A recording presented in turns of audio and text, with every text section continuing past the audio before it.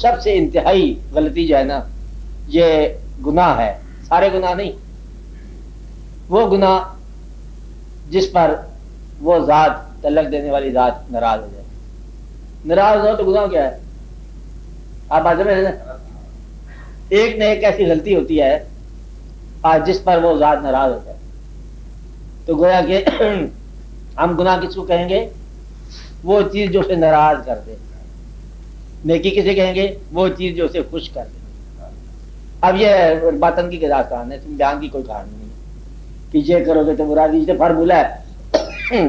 میں نے پہلے بتایا فارمولے کی عبادت اور فارمولے کا تعلق یہ جنرل کیڈر، یہ فارمولے کی عبادت ہے یہ کرتے جاؤ، یہ فارمولے کا تعلق ہے یہ کرتے جاؤ، خیرات کرتے جاؤ، رشوت لیتے جاؤ، خیرات کرتے جاؤ، خیرات سے اللہ راضی ہوگا. اسے کیا پتا کہ رشوت کے پیسے ہیں؟ یہ نہیں بات. بہرحال مطلب یہ ہے کہ ایسا عمل جو اسے ناراض کر دے، چاہے حج کا عمل ہو. یتیم کے پیسے لے کے حج کر آیا تو گویا کہ اللہ کے دربار میں جا کے پہنچا، کیا میں آ ہی گیا ہوں؟ کیونکہ تیری گستاخی کہ تو میرے حکم کو وائلیٹ کر کے پھر میرے ہی پاس آ گیا. یہ ناراضگی کا باعث ہو سکتا ہے. دوسرا یہ رضامندی کا باعث بھی ہو سکتا ہے کہ غلطی کی پھر تمہارے پاس تو آئے. دونوں صورتیں ہیں. اب یہ آپ کا فیصلہ آپ کیسے محسوس کرو گے؟ اگر آپ میں اعتماد قائم ہے تو پھر غلطی نہیں ہے. اعتماد ٹوٹ گیا تو غلطی ہوگی. آپ بات سمجھیں؟ سب سے برا گناہ وہ ہے جو دعا سے اعتماد اٹھا دے.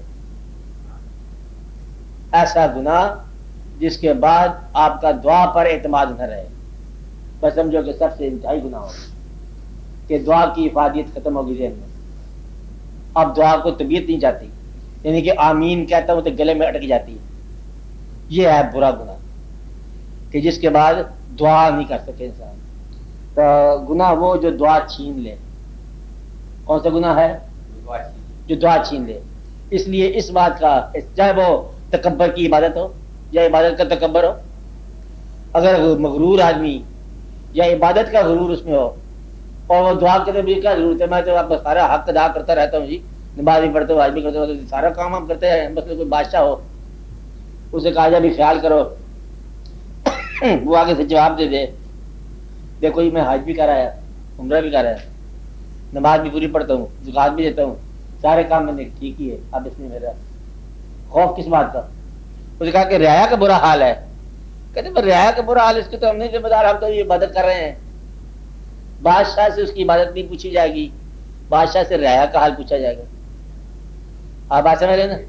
اگر رعایا کا حال برا ہے تو بادشاہ کی عبادت اس کے کام نہیں آئے گی، کیونکہ اس کو اس کے شعبے میں جانچو. اسی طرح کا کہ دفتر کا ایک آدمی ہے، افسر ہے، کہتا ہے میں تو نیک ہوں، باقی سارا جو لوور سٹاف ہے میرے جماعت سارے برے لوگ ہیں. اس کے ماتات میں جو برائی ہے تھوڑا سا اثر کرے گی، نیکی نہیں اثر کر سکی تو برائی اثر کرے گی. اور جس طرح ہم کہتے ہیں نیک محفل میں نیکی پیدا ہوتی ہے تو بری محفل میں برائی پیدا ہوتی ہے. آپ اگر نیک صحبت میں نہیں ہوتے تو برے صحبت میں ہوتے تو برائی کا اثر کرے گی.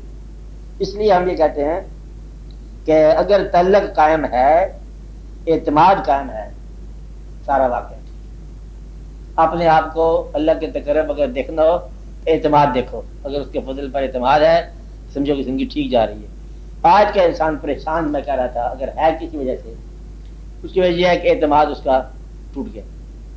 لیکن پھر کبھی غور کرے تو شاید کتنے ہی بزرگوں کے وسیلے سے وہ یہاں تک آیا.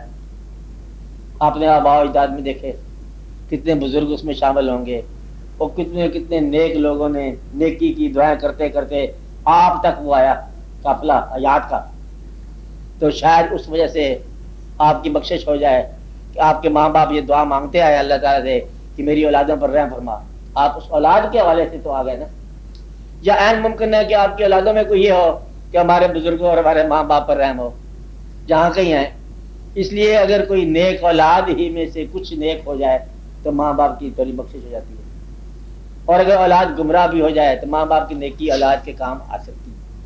اس لیے اس بات کا دھیان کرنا کہ آپ اکیلے نہیں ہو، آپ کے اوپر نگرانی کرنے والے بزرگوں کی روحیں ہیں، اور آنے والی اولادوں کی کوئی نیکی جو ہے نا وہ آپ کے کام آ سکتی ہے. اس لیے آپ کبھی مایوس نہ ہونا. بار بار اللہ نے یہی کہا مایوس نہ ہونا.